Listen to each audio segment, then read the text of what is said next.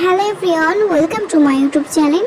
আজকে আমি আলোচনা করতে চলেছি একটি famous poem 3 years she grew in sun and shower by William Wordsworth.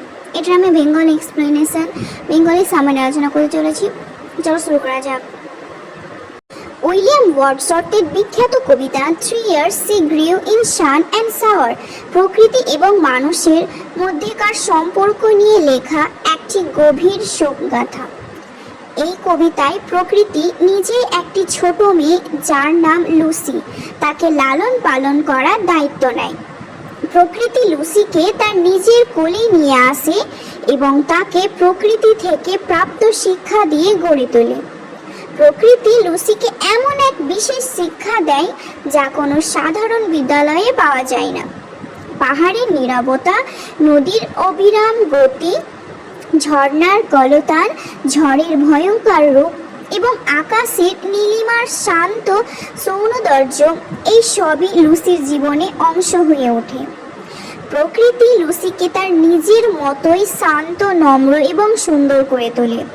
লুসির মধ্যে যেন প্রকৃতিরই প্রতিচ্ছবি ফুটে ওঠে। এইভাবে 3 বছর ধরে লুসির প্রকৃতির সাথে মিশে বড় হতে থাকে। সে যেন প্রকৃতির এক অবিচ্ছেদ্য অংশ। কিন্তু হঠাৎ করে এই গল্পের করুণ সমাপ্তি ঘটে। কোনো এক অজানার কারণে লুসি অকালে মারা যায়। লুসির মৃত্যু কবিকে গভীর শোক ও হতাশায় আচ্ছন্ন করে তোলে। কবি লুসির মৃত্যুতে এতটাই আঘাত পান যে তিনি তার এই ক্ষণস্থায়ী জীবনকে মেনে নিতে পারেন না। লুসির স্মৃতি কবির হৃদয়ে চিরন্তন হয়ে থাকে। এই কবিতাটি শুধুমাত্র একটি শোকগাথা নয়, এটি প্রকৃতি, মানব জীবন এবং মৃত্যুর মধ্যেকার এক গভীর ও দার্শনিক সম্পর্ককে ফুটিয়ে তোলে। লুসির জীবনের প্রতিটি মুহূর্ত প্রকৃতি দ্বারা প্রভাবিত হয়, কিন্তু তার মৃত্যু মানুষের জীবনের ক্ষণস্থায়িতা এবং প্রকৃতির কাছে মানুষকে অসহায়তাকে স্মরণ করিয়ে দেয়। ওয়ার্ডসওয়ার্থ এই কবিতার মাধ্যমে বোঝাতে চেয়েছেন যে মানুষ প্রকৃতির অংশ হলেও তার জীবন কতটুকু অনিশ্চিত এবং ক্ষণস্থায়ী।